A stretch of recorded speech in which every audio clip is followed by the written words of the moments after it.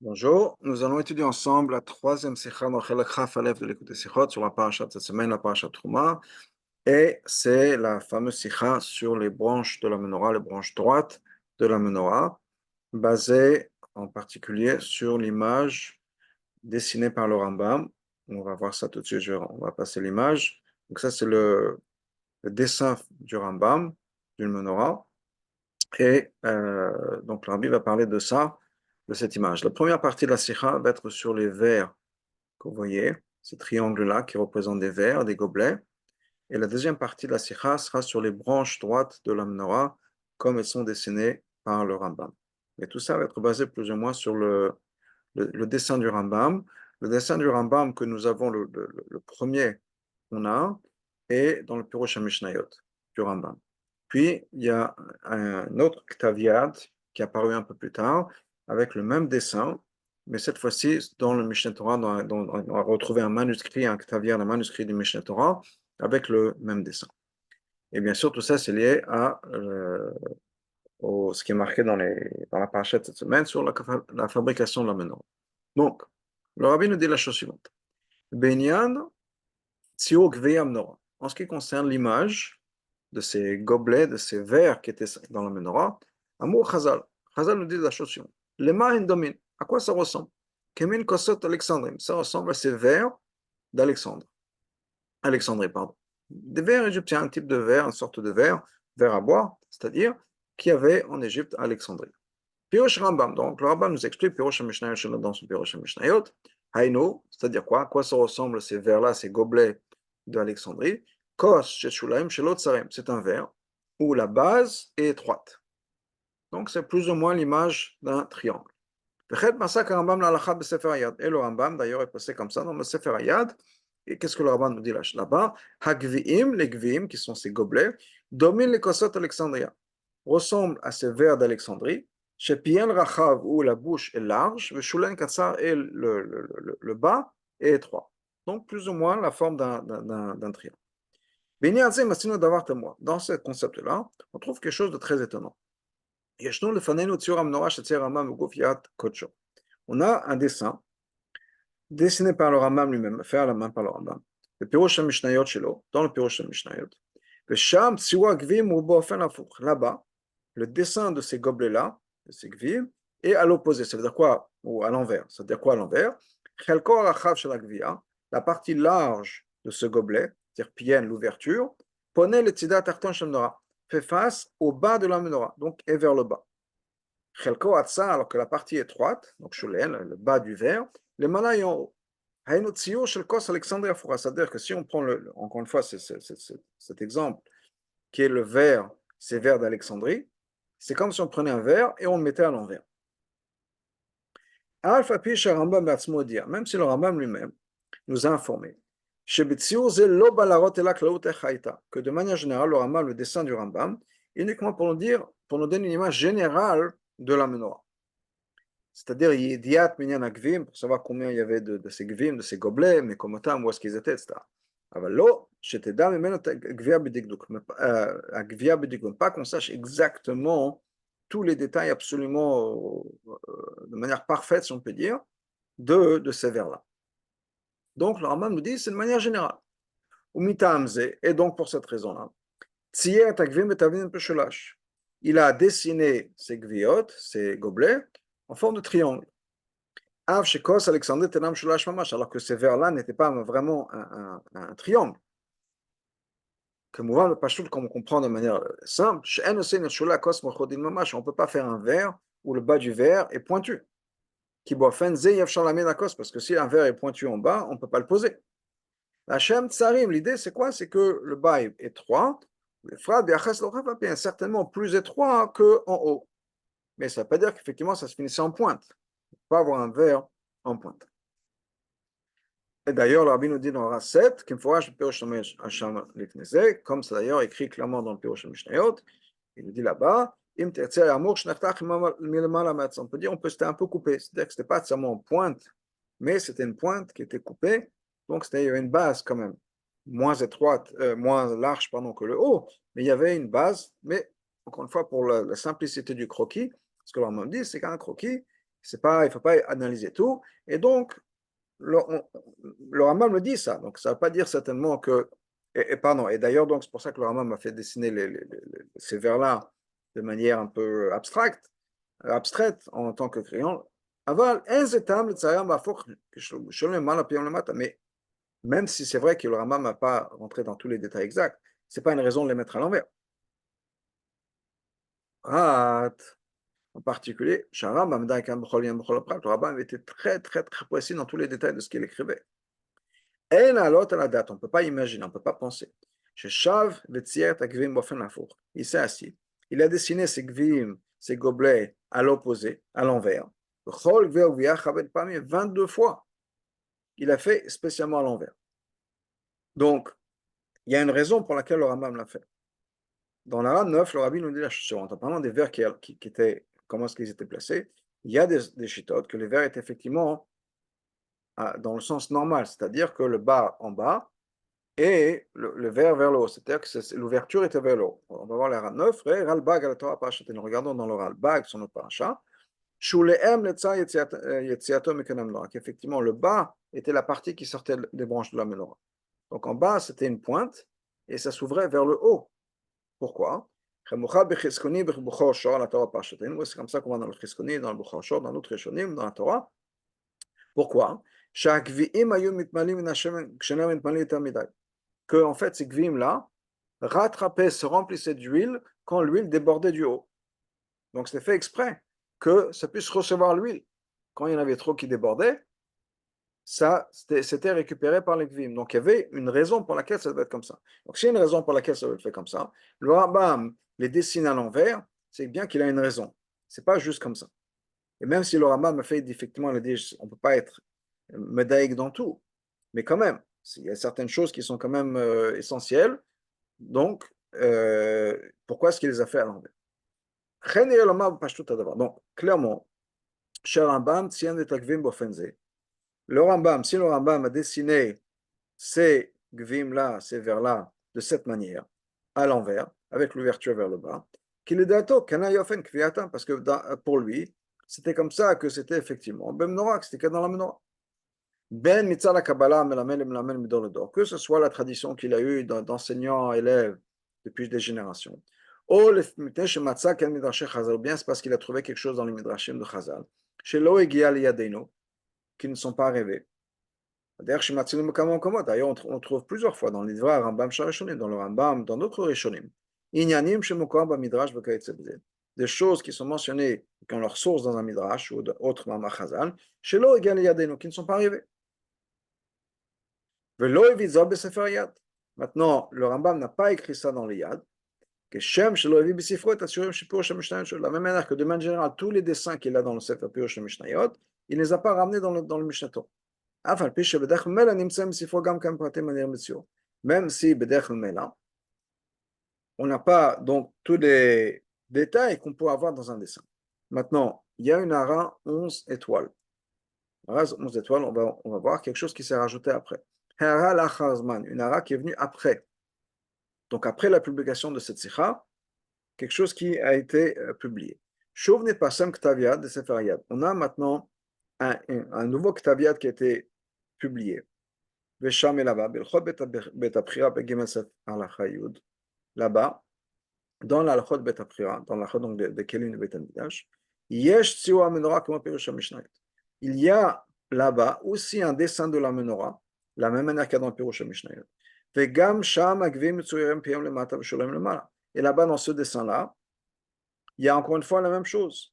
Les vers sont à l'envers, la partie étroite en haut et la partie large en bas. La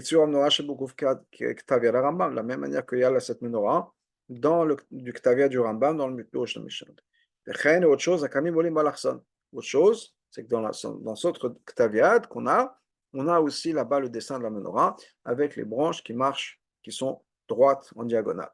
Donc ça, c'est quelque chose qui était rajouté. Le Ktaviad a été publié après la publication de cette sikha, et donc dans les éditions plus tard, les éditions d'après de cette sikha, c'était rajouté. Alors, revenons dans le pnim. On peut dire plusieurs raisons pourquoi est-ce que, d'après le Rambam, ces vers sont donc à l'envers. Aleph, Pardon. Donc, on n'en est pas là. Là, pour l'instant, le Rabbi explique pourquoi est-ce qu'il n'y a pas de dessin dans le Mishnah Torah. Donc, il est premièrement, il n'y a pas de dessin dans le Mishnah Torah. Tout le Mishnah Torah, il n'y a pas de dessin. Donc pourquoi est-ce que ça, ce serait l'exception? Ça, c'est une raison. Deuxièmement, il y a deux conseils. Combien est-ce que le Rambam évite, mais alors vraiment de manière la plus forte possible, de ramener des choses qui ne sont pas clairement mentionnées dans le chasse. Et donc, s'il n'y a pas dans le chasse, ce n'est pas marqué dans le chasse exactement comment est-ce que le verre était, le Rambam ne nous a pas amené dans Mishnah Torah. Ça, c'est spécifique au Mishnah Torah, qui est halakha, où le Rambam fait son maximum, mais vraiment la manière la plus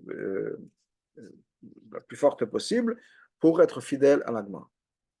Troisièmement, kama pratim ma'ele, les da'ato enam les kuva, klal. Et il y a certaines choses qui ne sont pas ma'akev, qu'on ait fait ça d'une manière ou d'une autre, il n'y a pas de, ça change rien. Et donc, ça, voilà, trois raisons parmi d'autres. Rabbi nous dit, il y a d'autres raisons pour lesquelles on peut dire pourquoi il n'y a pas eu ce dessin. Le Rambam ne l'a pas mentionné dans le Mishnah Torah. Comment est-ce qu'étaient les vers exactement? On peut parler longuement de ça. Ce n'est pas l'endroit pour ça. Ici, on va expliquer la raison du Rambam. Alors, pourquoi est-ce que donc, encore une fois, d'après le Rambam, ces vers étaient mis à l'envers, avec la partie large vers le bas? Anal me Hashem va Rambam. Donc ça, ce qu'on a dit jusqu'à maintenant, ça explique le Rambam, et pourquoi est-ce que c'est pas dans Mishnah Torah, etc. Mais la question est toujours là. Pourquoi est-ce que dans la menorah, ces gobelets étaient mis à l'envers, avec l'ouverture vers le bas? En particulier. Il y a une halakha qui est que les poutres du Mishkan devaient être placées de la même manière que l'arbre pousse. Les poutres du Mishkan, c'était donc des troncs d'arbres. Et il fallait absolument que cette poutre-là soit mise dans la manière dont l'arbre pousse. C'est-à-dire que le bas de l'arbre était en bas et le haut de l'arbre était vers le haut. Et non seulement ça, mais Zay final de là on apprend une règle générale dans l'halakha, chez Kol mitzvot kulan, toutes les mitzvot, on ne peut être que uniquement la manière dont ça pousse. Donc, pourquoi est-ce que les vers étaient l'opposé de la manière normale dont ils sont? Alors, bien sûr, l'inverse, ça ne pousse pas. Mais l'idée, c'est que la manière normale. Par exemple, on a, et c'est comme ça qu'on fait pour le lulav, l'herbe minime. On prend ces quatre espèces, la manière dont elles poussent. Donc, le bas, la branche vers le bas, et les feuilles vers le haut, pour le lulav, pour les trocs, pour tout. Donc, encore une fois, c'est quelque chose qui s'étend à d'autres domaines de l'halakha. Donc, dans le Mishkan, pourquoi est-ce qu'on a un truc qui est le gvim de la menorah, qui est construit à l'envers, pas la manière normale dont un verre est. Il faut dire, on va comprendre ça en se référant à quelque chose qu'on trouve dans la menorah, de manière générale. Il y a quelque chose qui ressemble à ce concept-là. Odot ora menorah muchazar. En ce qui concerne la lumière de la menorah, Chazal nous dit la chose suivante. Lo leora nitzarech. Hashem nous dit, j'ai pas besoin de la lumière. Je ne besoin pas d'allumer la menorah dans le Beth Amikdash ou dans le Mishkan pour avoir la lumière. Je n'ai pas besoin de lumière. Alors pourquoi est-ce qu'on a une menorah? C'est un témoignage pour toutes les nations du monde. Chez Ashkena, Shoah, B'Israël, Kol Ashkena, reste parmi le peuple juif. Haïno, c'est-à-dire, chez Or Menorah, la lumière de la menorah, Lo ba kedei la'ir et makom amidata, c'est pas fait pour éclairer là où la menorah se trouve, c'est-à-dire le Mishkan ou le Beth Amikdash. Au contraire, Sham eno tzarich l'ora, là-bas on n'a pas besoin de lumière dans le Mishkan et le Beth Amikdash. Lo haya or ze la ilut l'chol ba'olam. Pourquoi est-ce qu'il y avait besoin d'avoir cette lumière? C'est un témoignage pour toutes les nations du monde. Shashchina shoah be'Israël, que la Shchina réside parmi Israël. Et d'ailleurs, nous dit le Rabbi Maïtan, pour la même raison, le même concept, les fenêtres du Beth Amikdash étaient construites de manière opposée aux fenêtres générales, aux fenêtres normales. Elles étaient ce que le pasteur nous dit, shkofim atomim. Shkofim atomim, ça veut dire quoi? Shkofim et bachutz, je vais lire, on va expliquer. Shkofim et bachutz, vatomim et bifnim. C'était shakouf de l'extérieur et atom bifnim. Donc, qu'est-ce que ça veut dire? pardon, Rechavim et Bachos, ces fenêtres étaient larges à l'extérieur, Vetsarim Bifnim, étroites à l'intérieur. Shakouf, ça veut dire que ça laisse la lumière, et Atum, ça veut dire que c'est fermé. C'est-à-dire qu'elles étaient fermées à l'intérieur, mais la lumière passait à l'extérieur. Que Moshe Biro Bezem Farshim, comme le Farshim explique. C'est-à-dire que quoi? Normalement, surtout quand on a des forteresses avec des murs épais, et avant, bien sûr, l'éclairage électrique, quand on avait un mur épais, on voit ça dans les châteaux, je ne sais pas, pour nous en France ou dans d'autres pays, des anciennes résidences.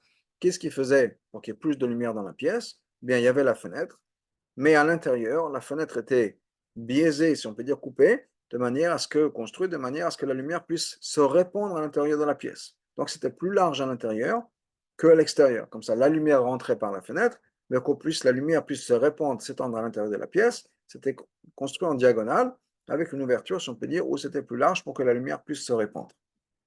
Dans le Beth Amikdash, c'était construit de manière opposée. C'est-à-dire qu'il y avait le même système, si on peut dire, large d'un côté, étroit de l'autre, mais c'était à l'inverse. C'est-à-dire que c'était étroit à l'intérieur et large de l'autre côté. Ça faisait un peu un entonnoir, mais ça ne sert à rien un entonnoir quand on a besoin d'éclairer une pièce. Au contraire, si on prenait toute la lumière de l'extérieur et qu'on la concentre à l'intérieur, on réduit en fait la lumière à l'intérieur de la pièce. Ce n'est pas ce qu'on veut dans une pièce normale. Mais ce que le Mfarshim nous explique, c'est qu'en fait, dans le Beth Amikdash, c'était le contraire. C'était le contraire. Le Beth Amikdash ne voulait pas recevoir la lumière du soleil. Et si ça aurait été le cas, on aurait construit les fenêtres plus larges à l'intérieur. Au contraire, le Beth Amikdash était la source de lumière pour le monde. Donc là, il y avait la lumière, et ensuite, elle se répandait à travers le monde. C'est pour ça que les fenêtres étaient dans le Beth Amikdash plus larges à l'extérieur qu'elles ne l'étaient à l'intérieur. Et le Rabbi nous explique ce que je viens de dire dans les mots. Donc, c'est l'explication du Rabbi dans les mots. Chalon bekotel banu bofen kazien. Une fenêtre dans un mur est construite de telle manière. Shapetach rachav yoter mibifnim hasham bachutz. Que l'ouverture est plus large à l'intérieur qu'à l'extérieur. Pourquoi? Pour que la lumière qui vient de l'extérieur, il pachette gam zdadachet puisse se répandre à l'intérieur de la pièce. Mais les fenêtres du Beth Amikdash étaient construites de manière opposée. Katsar mibifnim, c'était étroit à l'intérieur, ou machi volech letzachutz était plus large vers l'extérieur. Pour qu'effectivement la lumière sorte du Echal, du Beth Amikdash, pour éclairer, pour illuminer le monde. Parce que c'est quoi le but de la menorah? C'est un témoignage pour les nations du monde, pour le monde. Et donc la lumière devait partir du Beth Amikdash pour le monde. Ça, c'était les fenêtres du Beth Amikdash. Le Rabbi nous dit on peut appliquer ce même système-là, cette même idée, ce même concept pour les gvim, pour les vers qu'il y avait dans la menorah. Rabbeinu B'chaim nous explique le remes qu'il y a dans les branches de la menorah, dans ces gvim, dans ces gobelets. Gvia ou, c'est quoi un gvia, un gobelet? Keli, sheyesh lo bet kibul ou mashke marve. C'est un ustensile qui reçoit, qui est fait pour recevoir, ou mashke ou marve, et c'est fait pour arroser, pour donner à boire. C'est ça, c'est un remez à la galgalim, sur les étoiles, sur les galgalim, qui reçoivent des forces, de l'énergie des mondes spirituels, et vont être mashpia, influencés ici dans ce monde-là. C'est-à-dire que on sait qu'il y a dans le monde, c'est un peu comme un oignon, il y a des couches d'oignons qui sont rondes, la Terre est au milieu, et on a tout un tas de choses autour, des planètes, etc. Et en tout, il y a 9 galgalim. C'est-à-dire, de certaine manière, c'est notre manière de parler comment dire, d'énergie, des mazalot, etc., des étoiles, qui ont une influence sur ce qui se passe ici sur Terre. Et donc, ces gvim-là représentent ces galgalim qui vont avoir une influence sur le monde. Mais ça veut dire quoi l'idée d'un galgal, de ces idées-là? C'est quoi? C'est que ça reçoit d'Hachem et ça donne en bas. Donc, c'est exactement la même idée. C'est comme un verre. Un verre, c'est quoi? Un verre, le rabbi va expliquer. On prend d'une source, on va prendre du robinet, on prend d'un tonneau et on va s'en servir pour pouvoir boire. Donc, l'idée, c'est que c'est fait pas juste pour garder, mais pour donner. L'aspect le plus important d'un verre, c'est de pouvoir arroser, c'est de pouvoir boire. C'est fait pour partager, c'est fait pour donner à quelqu'un d'autre. Donc, Hadgasha, basé. L'accent est mis sur quoi? Hashpa'a me'elyan al shafel. C'est qu'on va ces galgalim qui sont représentés, symbolisés par les gvia, c'est la hashpa, c'est l'influence qui vient du monde, des mondes supérieurs au monde inférieur. Mashke ou maave, ça donne à boire, ça arrose. Aïnou, sheka, tafkeda shel kos, c'est-à-dire que l'aspect le plus important d'un verre, et non liot klikibo, c'est pas de recevoir. Recevoir, on n'a pas besoin d'un verre pour ça.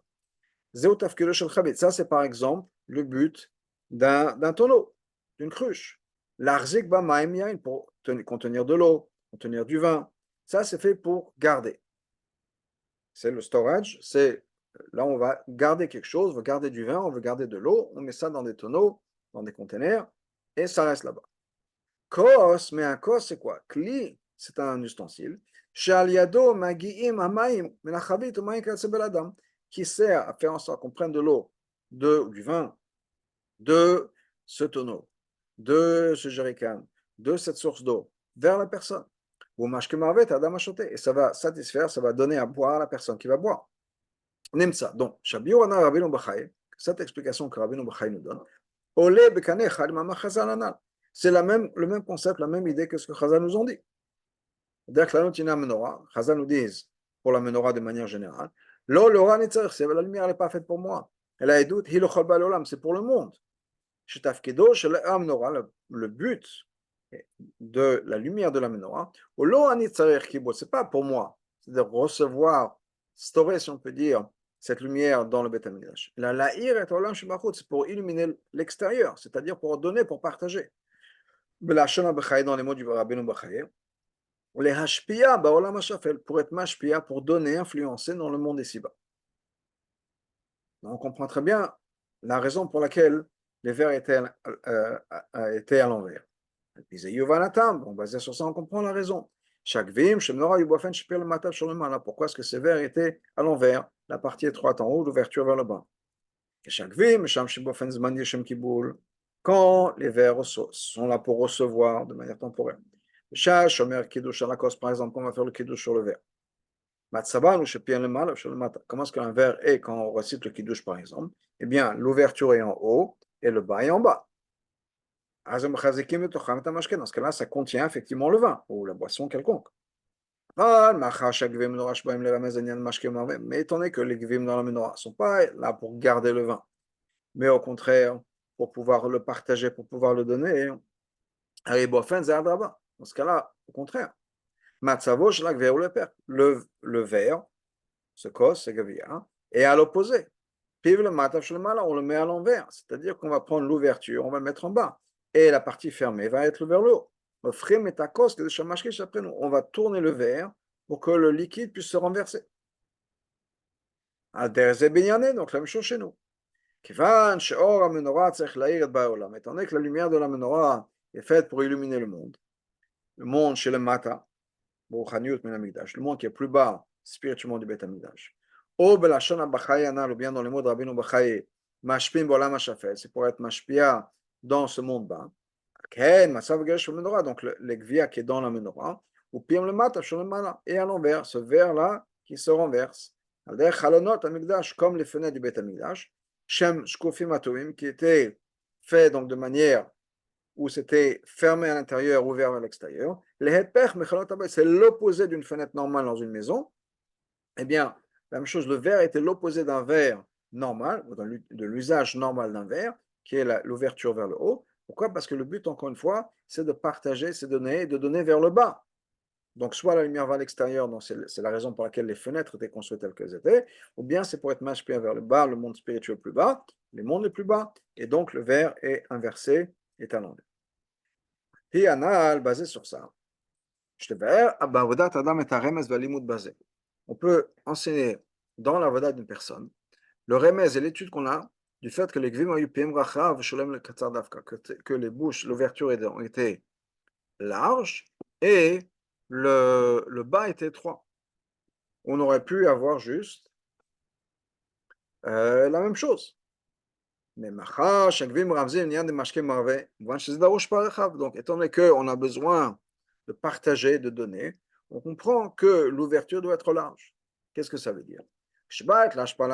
Quand arrive le moment, on a besoin de donner quelque chose, de partager quelque chose avec quelqu'un d'autre. Ou bien de manière générale, s'occuper de s'occuper de transformer le monde, d'avoir un impact sur le monde. Et douter le chol ba'olam, comme on dit que la menorah, c'était quoi? La menorah, c'était témoignage pour le monde. C'est de ramener la lumière dans le monde. Donc, quand arrive le moment pour le faire, il faut le faire avec la plus grande largesse possible. Quelque chose qui dépasse les limites. Donc, on a besoin de prendre à l'intérieur les forces les plus grandes.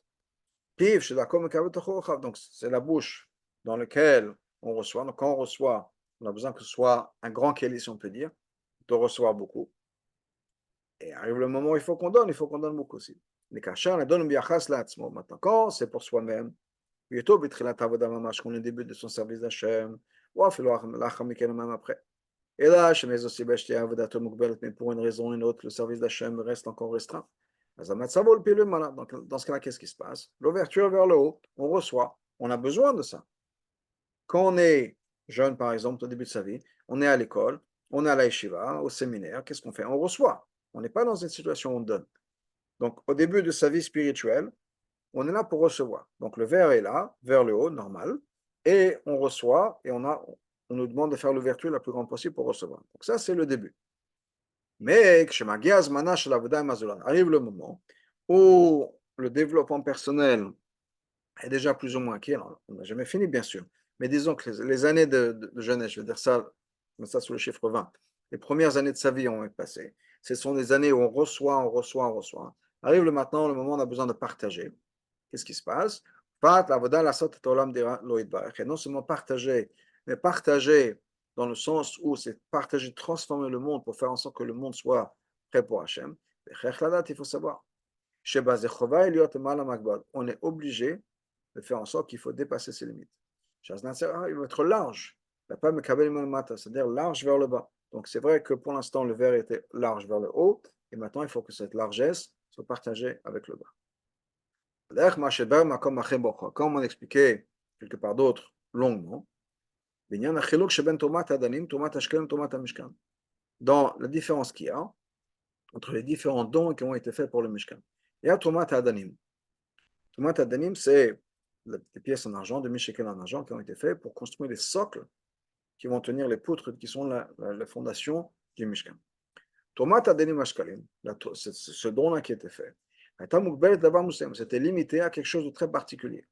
C'était Kesef Machatzit Shekel, c'était en argent et en demi-shekel. C'est tout. Par contre, tout le reste qui a été donné pour le Mishkan, ça incluait tous les types de choses qui existent dans la création, c'est-à-dire domaine, les minéraux, donc ça inclut les métaux, autre chose, Sameach, les plantes, le bois et d'autres, Chai, les animaux, il y avait de la laine, il y avait d'autres choses, au Betzirouf, Ish Ilvenu Libo. Et en plus, il y avait la personne, puisque chacun devait donner, donc c'était un don, il fallait donner un peu de soi, si on peut dire, mais il y avait la personne et chacun pouvait donner ce qu'il voulait. Ce que son cœur veut, c'est-à-dire que la personne non seulement est impliquée en donnant, mais aussi c'était le choix de la personne. Elle pouvait donner ce qu'il voulait. Donc, alors que dans les Troumat Hadanim, c'était limité. Le point étant que quoi? Qu'il n'y avait pas de limite. C'était tout et sans restriction de quantité. Alors que Troumat Hadanim, qui sont les socles, c'était uniquement de l'argent, le métal, et uniquement un demi-shekel. On ne pouvait pas rajouter son nom personnel. Pourquoi?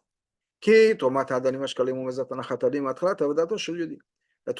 c'est quoi? C'est le début du service d'un juif. C'est quoi? C'est le socle, c'est la base. C'est sur ça qu'on va bâtir. C'est le travail de tous les jours. On est organisé, c'est structuré, etc. C'est la travail de tous les jours. Le matin, on fait le moderni. Ensuite, ensuite le shnia, ensuite on monte de niveau 1 à niveau 2, etc. Ça, c'était ce que représentaient les socles, si on peut dire la base. Et la base de notre relation avec Hachem, c'est quelque chose qui est structuré, qui est bien comme il faut, etc. Alors que Tromat HaMishkan, c'est tout ce qui va être impliqué, tout ce qui est nécessaire pour pouvoir construire ce Mishkan. Pour qu'on ait la présence d'Hachem ici sur terre, la présence d'Hachem ici sur terre, dans le monde le plus bas. Là, il n'y a plus de limite. C'est dans tout, dans tous les aspects de la création, dans tous les aspects de l'humanité, dans tout. Imakifat kol neolam, c'est quelque chose qui va englober toutes les choses du monde. Zohar remes binyano, binyanenu. Ça, c'est le remes qu'on a dans notre discussion, qui est encore une fois sur les gvim, c'est vers-là du Beth Amikdash. Ah, bien que toutes les mitzvot de manière générale, il faut le faire de manière dergdilatan quand les choses poussent, la manière normale quand les choses sont utilisées. Voilà, Gabel Lulav, par exemple, on a mentionné plus tôt le Lulav et l'arbre miné de manière générale, le Lulav, la Dassim, la Ravot et les trocs. Misham, Nilmala, Shar, Mizot, là, on apprend pour les autres mitzvot aussi. Enfin, malgré tout, Hagvi'im, Shebe Menorah, les vers qui étaient dans la menorah, c'est l'opposé de la manière normale de les avoir. Pourquoi? Kol mitzvot, toutes les mitzvot. Prat lulav beminav, en particulier d'ailleurs le lulav et les autres espèces.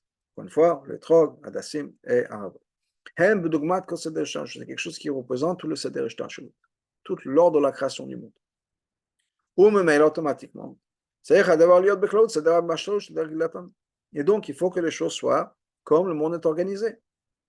Et donc, ça représentait entre autres, c'est exemplifié entre autres par le fait qu'on prend ces quatre espèces, la manière dont elles poussent. C'est comme ça que le monde est organisé. Et donc, on a le monde de Hatzilut, qui est représenté par le Etrog, le monde de Bria, par le Lulav, etc. Ça descend de niveau en niveau. Donc, quand on fait une mitzvah, on prend la mitzvah, normalement, comme elle pousse, si on peut dire, dans l'ordre de la création. Même les vers eux-mêmes dans la menorah, quand ils sont construits de manière normale, si on peut dire. C'est-à-dire, le bas est étroit et le haut est large. Quand ils ont construit, quand ils ont fabriqué, ou quand on les fabrique de manière générale, c'est comme ça. Maintenant, quand ça devient, on parle d'un verre qui fait partie de la menorah. La menorah, on n'a pas pris des choses qui ont été rajoutées. Ça n'a pas été soudé ensemble, ça n'a pas été collé ensemble, ou ça a été, tout est fait d'un bloc. Donc, quand on prend un verre, et c'est le verre de la menorah, dans ce cas-là, ces verres, ils servent à quoi? À donner, à partager pour le monde le plus bas. Là, c'est bien, pour reprendre l'exemple de Chazal, c'est pour illuminer l'extérieur. Mais c'est pour le bas, c'est pour l'extérieur. Là, il faut qu'on fasse quelque chose qui est différent de la nature, différent de l'ordre normal des choses. On ne va pas prendre un verre avec l'ouverture en haut, on va prendre un verre avec l'ouverture en bas. Il faut qu'il sorte de sa personne même. Il faut qu'il ne reste plus le verre normal avec la tête en haut et les pieds en bas, si on peut dire. Donc, les fenêtres de sa maison vont être construites à l'inverse. C'est-à-dire que quand on construit sa maison, dit les rabbis, quand on regarde, on construit sa vie, on a en tête la révélation vers l'extérieur. Les gvim, donc ces copes-là, ces verres-là, ces gobelets, ont l'ouverture en bas et la partie étroite, le bas en haut. L'opposé de la manière normale dont les choses se font. Et non seulement ça, mais quand on va donner, qu'est-ce qu'on va faire? On va faire en sorte que le bas soit large. Les malam, ça veut dire avec une largesse, quelque chose qui va dépasser toutes les limites qu'on puisse connaître. Alors, ça finit la première partie de la sikha. Et on va rentrer maintenant, le rabbi rentre dans une deuxième partie, encore une fois de l'analyse, si on peut dire, du dessin du Rambam, qui est sur les branches de la menorah. Dans ce dessin de la menorah, encore une fois dessiné par le Rambam lui-même, il y a encore un autre point qui est différent des dessins communs, habituels de la menorah. Qu'est-ce qu'il y a là-bas? Les 6 branches de la menorah, sortent de la branche du milieu, le tzad ma'ala, donc vers le haut, en ligne droite, en diagonale. Mais c'est une ligne droite. L'eau qui n'est pas comme les dessins habituels de la menorah, où là-bas les branches sortent en demi-cercle. Okay? Malgré le fait que quand arrive ce détail, quand il s'agit de ce point-là,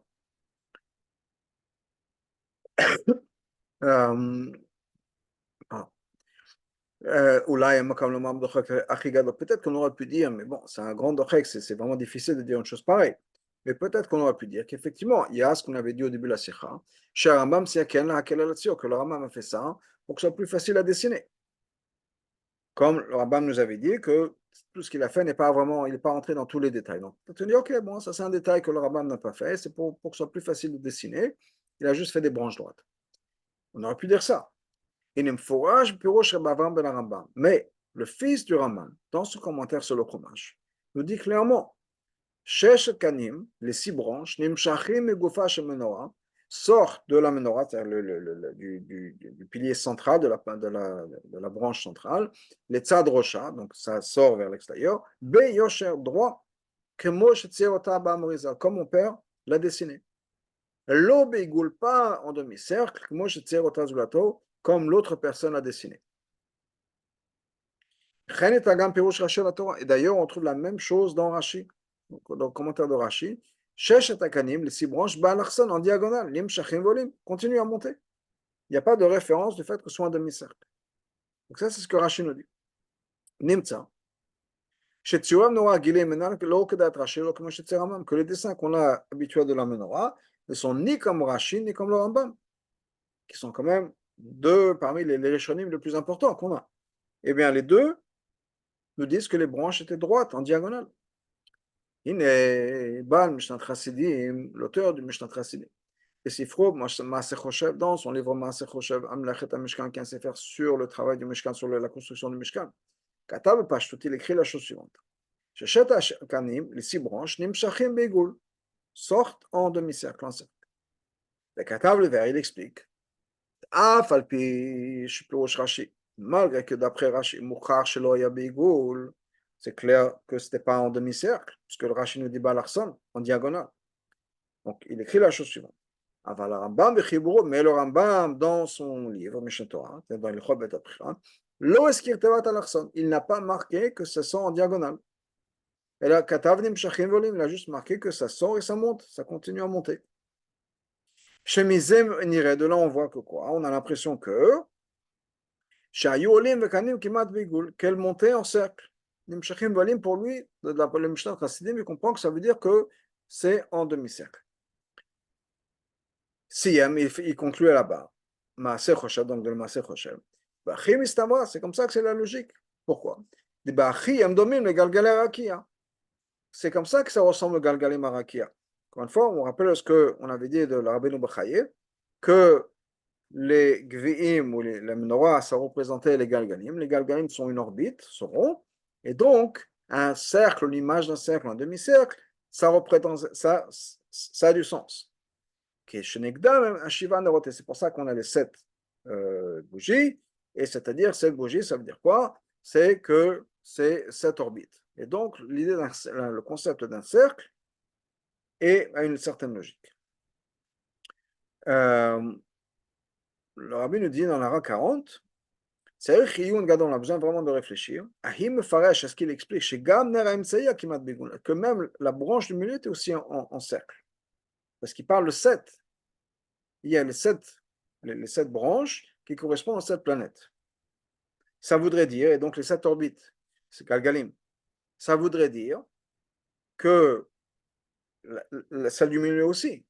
Alors nous, on pense que les branches du côté sont demi-cercle. Qu'est-ce qui se passe avec le milieu? Alors, dans toutes les représentations qu'on a, le milieu il est droit.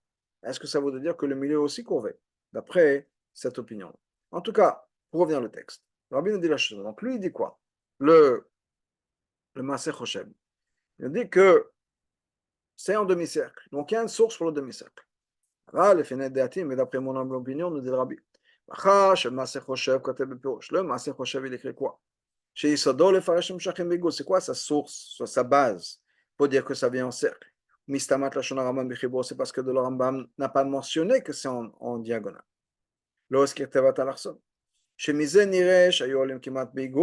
Et que c'est comme ça que, d'après lui, la logique nous dit que ça marche en demi-cercle, ça monte en demi-cercle.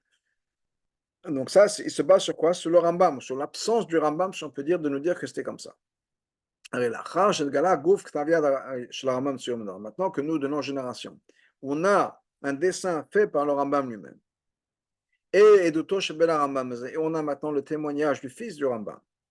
Badgasha, Shema Shavit Sirbi Yosher, où le fils du Rambam nous écrit que quand son père a dessiné les branches droites, ou Bekavan Fresh, c'était fait exprès, c'était pas juste pour faciliter le dessin. Dafka Kar Velobigo, c'est Dafka comme ça, et c'était pas en demi-cercle. Batel Isa, Batel bien. Donc, si la base du Maser Kosher, c'est le Rambam, et que maintenant il s'avère que le Rambam a une autre opinion, parce qu'on a retrouvé des manuscrits, etc., dans ce cas-là, la base du Maser Kosher tombe. Et l'Ichora, on est de retour avec l'opinion du Rambam, l'opinion de Rashi, et le Maser Kosher changerait d'opinion, si on peut dire. On va faire la Ra 41. Rabbi nous dit la chose suivante. Echlal, le Zachiti, la fin de dati lavin klal raya. Echlal, je ne comprends pas du tout quelle est la preuve. C'est quoi la preuve? Les misassim, quand on a des rachats qui m'ont bégoul. Étant donné que le Rambam nous a pas donné, nous a pas dit que c'était droit, on va comprendre. Normalement, c'est en demi-cercle. On a l'impression que c'est en demi-cercle. Pourquoi? Je ne comprends pas la logique. Tevat kané, parce que le mot kané, kané c'est une branche. Mouva, c'est marqué plusieurs fois, c'est mentionné plusieurs fois dans la Torah Shebertav. Et dans plusieurs endroits, on est obligé de dire que c'est quoi? Que c'est une ligne droite. Velo matzati adata, je n'ai pas trouvé jusqu'à maintenant, nous dit le Rabbi, même une fois, chez Mouchash qu'on est obligé de dire que ce canet-là, pas dans le contexte d'Amidra, dans n'importe quel contexte, qu'on parle de canet et on est obligé de dire que c'est un demi-cercle. Donc, je n'arrive pas à comprendre la logique, nous dit le Rabbi. Pourquoi est-ce que, parce qu'on a que c'est canet, il n'y a pas de preuve du contraire, on assume que ça veut dire un demi-cercle? Je n'arrive pas à comprendre. Donc, revenons dans la sikha. Donc, avec la Mechila, on a demandé Mechila au Baal Maser Choshev. D'après moi, c'est clair, nous dit le Rabbi. Que si le Maser Choshev, le Chokhmat HaMishkan, aurait vu le dessin du Rambam, et puis Rosh Hashanah Rabbi ben Rambam, et l'explication de Rabbi Avram, le fils du Rambam, eux-mêmes auraient écrit qu'il n'y aurait pas de machloket. Et tout le monde est d'accord que les branches étaient droites. הדרך מה שכתוב אבינו זקן בשולחן ערוך שלו, comme l'Admor זקן nous écrit dans son שולחן ערוך, שהרבה מספרים הראשונים ז"ל לא יצאו לרדפוס עדיין בימי האחרונים, que à l'époque des Achronim qui étaient au début d'Achronim, il y avait beaucoup de Sfarim des Rishonim qui n'étaient pas encore disponibles, qui n'avaient pas été imprimés. Ou la Zod Vadain Nismach, donc on ne peut pas se reposer sur le fait qu'ils disent qu'il y a un tel et tel Rishon n'a pas dit ça. On a Baruch Hashem de nos jours, on vit dans une génération où il y a de plus en plus de kits Veyad, et ça sort tous les jours, de plus en plus de kits Veyad qui sont imprimés, soit qu'on les retrouve, soit qui sont travaillés. Mais on a un accès, on a une richesse de Sfarim qu'à l'époque, il n'y avait pas. Et on a accès à certaines choses qui n'étaient pas disponibles à l'époque. On nous dit Rabbi, et il se base sur le Shulchan Aruch, comme Mozaken dit le Shulchan Aruch, c'était au début de Chot Mechat Chametz, il parle là-bas du Shtar Mechat Chametz, mais qu'il y a certaines choses qu'on a de nos jours. Donc, à mon avis, même les gens qui se disent que non, qu'il y a des sources pour le demi-cercle, les Choa eux-mêmes seraient d'accord de nos jours que maintenant qu'on a le dessin du Rambam même, clairement, c'est droit. Si c'est vrai. Donc, dans ce cas, ce qu'il faudrait faire, ce serait bien de remettre les choses, les pendules à l'heure, si on peut dire. Faire revenir à l'ancienne tradition. Que tous ceux qui font des dessins de menorah, les sayab limud mariam norash mishkan mikdash, pour aider l'étude de la menorah du Mishkan, qu'on puisse avoir ses représentations visuelles. Donc, quand on fait ça, qu'on fasse la menorah avec les branches droites. Comme Rashi nous dit, Rashi c'est Pshuto Shemikra, et Rambam, qui est dans l'Alacha. Et, comme on a dit plus tôt, après la Maskana, tout le monde est d'accord. Rashi et le Rambam. Et l'opinion qui nous dit que non, le Chora, c'est parce que c'était basé sur la mauvaise information. Maintenant qu'on a ces informations disponibles, eux-mêmes seraient d'accord avec ça. Donc ça, c'est pour les gens qui font des livres, des illustrations pour étudier, essayer d'expliquer le Mishkan. Même chose dans les écoles.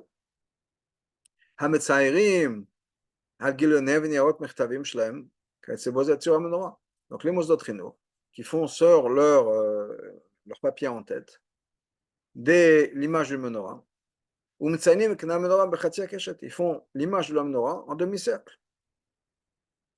Il devrait faire ça encore une fois avec des branches droites. Étant que le but de cette image-là, c'est pour symboliser, représenter la menorah dans le Beth Amikdash, c'est vraiment très important, qui changent leur dessin et qui fassent la menorah avec les branches droites. Hara 44, nous dit le Rabbi, basé sur ça, on peut dire, que même le Chanukot qu'on fait pour Chanukah, ça serait bien de faire les branches droites. Ou de toute façon, qu'il n'y a pas d'interdiction de faire quelque chose à l'image d'une menorah, ce qui est interdit, de faire une reproduction de la menorah. Je saute les références dans la parenthèse, je reprends juste après. Parce que de toute façon, on change le nombre de branches. Donc, ce n'est pas comme faire une image, une réplica, une copie exacte de la menorah du Beth Amikdash qui est interdit. Parce que de toute façon, nous, on a dans une menorah, il y a 8 bougies avec le shamash neuf, donc il n'y a pas de problème. Le mâche continue dans l'ara, le mâle shana begouf tzarat menorah. Dans ce cas-là, il n'y a pas besoin de changer le corps même de la menorah, de faire en sorte que les branches soient en demi-cercle, pour dire, il ne faut pas que ça représente la menorah dans le Beth Amikdash. Non, il n'y a pas de souci. De toute façon, on fait le nombre différent, donc il n'y a pas de problème. Ok. Un autre point dans ça. Le dessin habituel de la menorah, c'est-à-dire que ces 6 branches-là sont en demi-cercle. C'est ce qu'on imagine, voilà la source de ça, c'est l'image de la menorah faite par des non-juifs à Rome, sur l'arc de triomphe de Titus. C'est d'ailleurs l'opinion exprimée, le rabbin est dans la 45, l'opinion du Rav Kapach, dans le Pirush Mishnah, qui était le premier à avoir publié justement ce dessin du Rambam. C'est lui qui l'a publié, et il nous dit, voilà, on voit clairement ce que le Rambam nous dit, et que ce n'est pas du tout comme ce qui est sur l'arche de Titus. Que chez Titus, quand Titus a détruit le Beth Amikdash, Tziva, la Kachat, et Klei Amikdash, l'Aviam Leomi, il a commandé de prendre les Kelim du Beth Amikdash, les amener à Rome.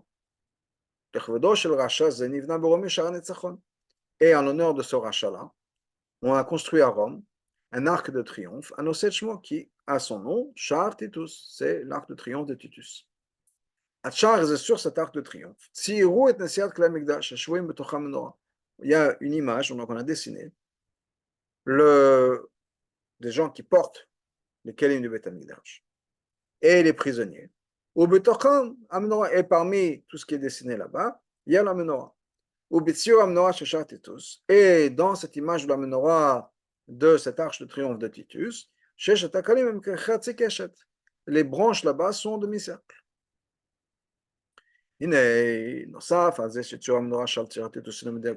À part le fait que dans ce dessin de l'image de Char Titus, ce n'est pas du tout exact par rapport à la menorah. Et le rabbin nous dit dans l'ara 46, on va faire ça, c'est une longue ara, mais on va passer ça, comme plusieurs personnes ont commenté. Par exemple, la menorah du Titus, c'est une base plate, il n'y a pas de pied.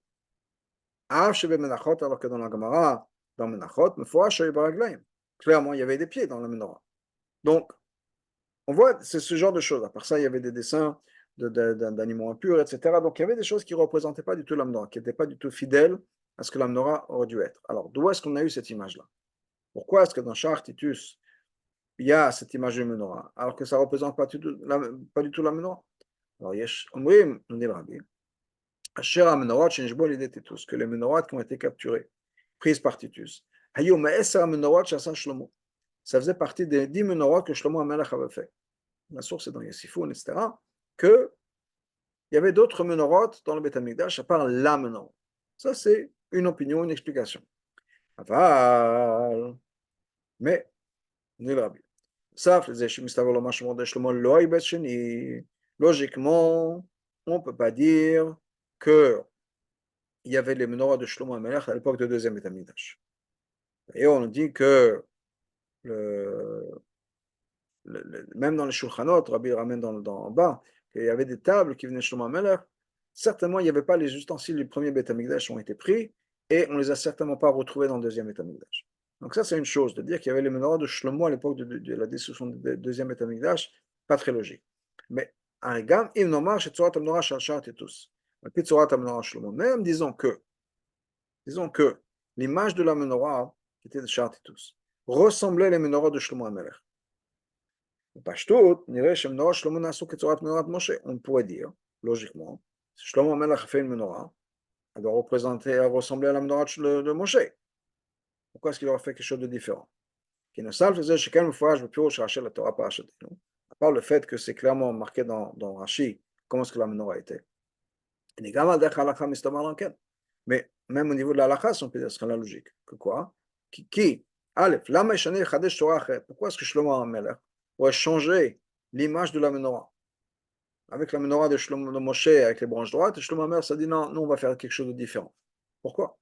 Deuxièmement, bête, le fourrache, c'est marqué clairement, et il y a toute une liste de références, ok? On va sauter les références, c'est 3 lignes. Chez Gam, menorah Shlomo Yuksherim Lavoda, que même les menorahs de Shlomo étaient cachés pour l'Avoda. C'est-à-dire qu'elles devaient être faites comme il fallait.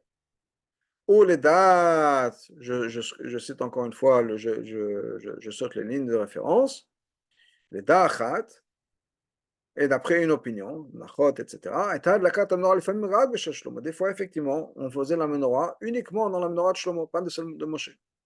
C'est un midrash agab parashatenu, et la même chose autour dans le midrash. Donc, clairement, la menorah de Shlomo, même si ça représentait les menorahs qui a été faites, même si ce n'était pas la menorah de Moshe Rabbeinu, mais malgré tout, certainement, elles étaient conformes, elles ressemblaient à la menorah de Moshe Rabbeinu.